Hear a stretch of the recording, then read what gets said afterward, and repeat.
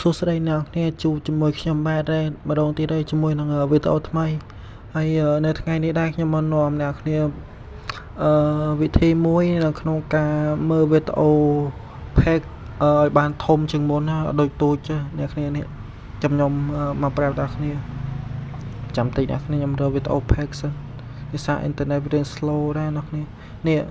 វីដេអូនេះយើងមើលទៅបានជាទូចទេអ្នកគ្នាតើខ្ញុំថ្ងៃហ្នឹងខ្ញុំមកប្រាប់អ្នកគ្នាពីរបៀបមើលមិនឲ្យវាធំជាងមុនណាដូចជាមើលនៅក្នុងវីដេអូបែបនេះអ្នកគ្នាហ្នឹងហើយមុននឹងចូលដល់ការប្រាប់នេះអ្នកគ្នាសូមជួយចុច Subscribe ឲ្យខ្ញុំម្នាក់ៗផងដើម្បីខ្ញុំមានកម្លាំងចិត្តធ្វើវីដេអូថ្មីៗបន្ថែមទៀតតើឥឡូវយើងចុចទៅដល់ការប្រាប់វិធីអ្នកគ្នាហើយវិធីងាយៗទេអ្នកគ្នាដំបូងខ្ញុំសូមអូឡើងលើតិចសិនហ្នឹងហើយនេះយើងចូលមើលវីដេអូមួយណាខ្ញុំសូមដើររកវីដេអូណាដែលតំណងសិនអ្នកគ្នានេះអ្នកគ្នាយើងចង់មើលវីដេអូនេះឥឡូវយើងចុចចូលលើ pack ហ្នឹងមកយើងចុចឈ្មោះ pack ហ្នឹងមកចាំតិចអ្នកគ្នាភាសាវាស្វារៀង slow ដែរហ្នឹងហើយឥឡូវយើងដើររកវីដេអូនេះឥឡូវយើងឃើញវីដេអូនេះអ្នកគ្នាហ្នឹងហើយមិនហើយយើងធ្វើម៉េចដើម្បីបាន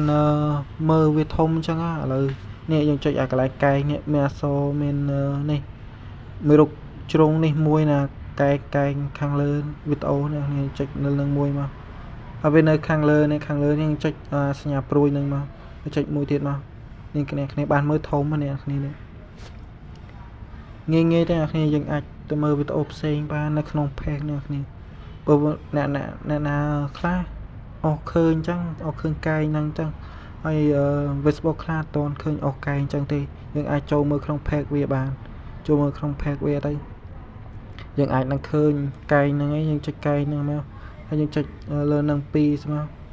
ចុច2ដងមកយើងអាចមើលធំបានអ្នកគ្នានេះហើយចុចខ្វែងវិញមកយើងដើររកវីដេអូណាផ្សេងក៏បានបើអ្នកគ្នាចង់មើលវីដេអូផ្សេងហើយវារៀងវែងហើយនេះអ្នកគ្នាជប់ខ្ញុំដើររកវីដេអូណាអ្នកគ្នាសូមមើលវីដេអូនេះចុចលើ pack មកចុចលើឈ្មោះ pack មកចាំតិចអ្នកគ្នាឥឡូវខ្ញុំឃើញវីដេអូនេះហើយខ្ញុំចុចលើអាសញ្ញាខ្វែងនឹងមួយមកចុច2ដងមកអ្នកគ្នាបានមើលធំនេះអ្នកគ្នាហ្នឹងហើយអ្នកគ្នាវីដេអូហ្នឹងមានតែប៉ុណ្្នឹងទេអរគុណអ្នកគ្នាហើយជួបគ្នានៅវីដេអូក្រោយនៅក្នុងការវិធីផ្សេងដែលខ្ញុំនឹងសាច់ស្វាជ្រាវឲ្យអ្នកគ្នា